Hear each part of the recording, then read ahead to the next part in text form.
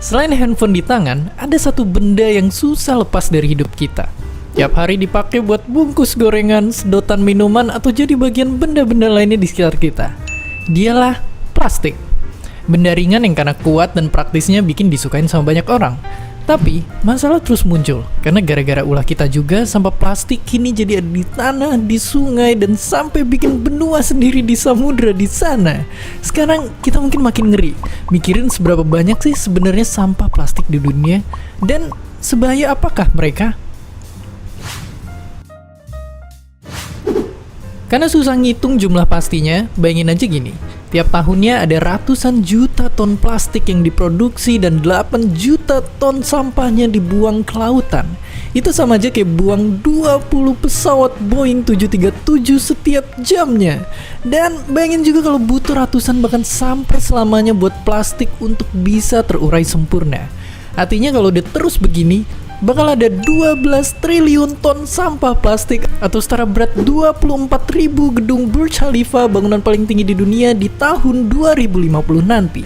Jumlah itu bikin plastik yang berenang di air lebih banyak dibanding penghuni asli lautan. Sungguh mengerikan. Tentu denger itu bikin kita ngeri setengah mati karena kiamat gara-gara dunia yang ketimbun plastik nggak terdengar keren sama sekali. Makanya ini mesti berhenti sekarang. Karena sampah-sampah itu bikin hewan-hewan di alam liar jadi menderita karena kita.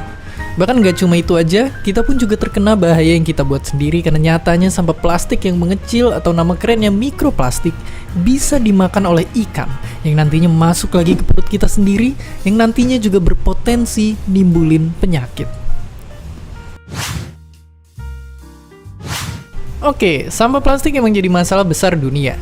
Tapi ngomongin itu, kita juga terlibat karena faktanya Indonesia jadi penyumbang sampah plastik terbesar kedua di dunia.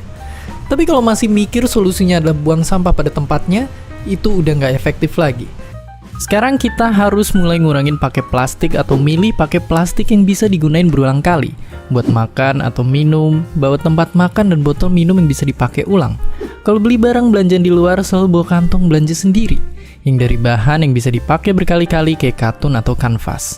Atau kalau lagi kepengen banget pakai kantong plastiknya jangan langsung dibuang, karena siapa tahu bisa dipakai lagi.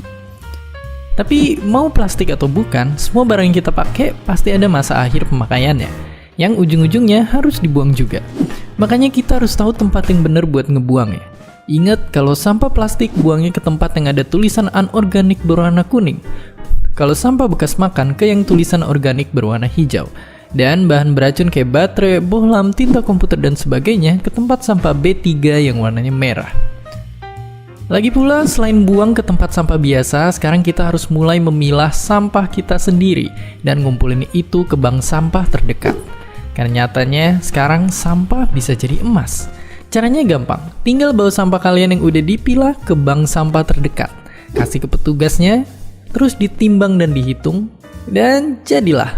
Bahkan 2 kilo sampah aja udah bisa jadi logam mulia. Oke, sekarang kita tinggal milih, sampah kita mau terus numpuk sampai jadi gunung atau jadi gunungan emas. Padahal sampah yang berserakan bisa kita mulai ambilin dan gak cuma bikin lingkungan bersih, tapi juga bisa dibuat investasi. Jadi mulai kumpulin sampah di sekitar kita, terus tabung biar beneran jadi emas. Dan seperti biasa, terima kasih.